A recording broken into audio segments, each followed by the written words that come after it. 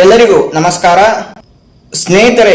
Mitakshara ಲಾನಿಂದ govern ಆಗುವಂತಹ joint Hindu ಫ್ಯಾಮಿಲಿಯಲ್ಲಿ ಹುಟ್ಟಿರುವಂತಹ ಮಗಳು ಆ ಫ್ಯಾಮಿಲಿಯಲ್ಲಿ ಹುಟ್ಟಿದಂತಹ ಮಗನಷ್ಟೇ ಹಕ್ಕನ್ನ ಹೊಂದಿರ್ತಾಳೆ ಮತ್ತು ಆತನಿಗೆ ಆನ್ಸೆಸ್ಟ್ರಲ್ ಪ್ರಾಪರ್ಟಿಯಲ್ಲಿ ಎಷ್ಟು ಹಕ್ಕಿರುತ್ತೋ ಅದಕ್ಕೆ ಸರಿಸಮನಾಗಿ ಆ ಹೆಣ್ಮಗಳಿಗೂ ಕೂಡ ಆ ಮಗಳಿಗೂ ಕೂಡ ಅಷ್ಟೇ ಹಕ್ಕಿರುತ್ತೆ.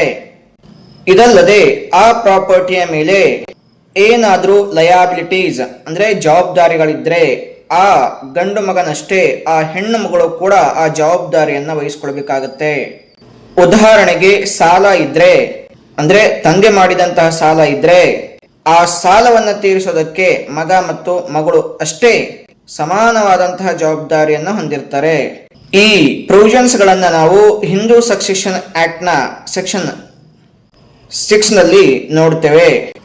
2005 ಗಿಂತ ಮುಂಚೆ ಮಗ ಮತ್ತು ಮಗಳಿಗೆ ಸಮಾನವಾದಂತಹ ಹಕ್ಕಿರಲಿಲ್ಲ.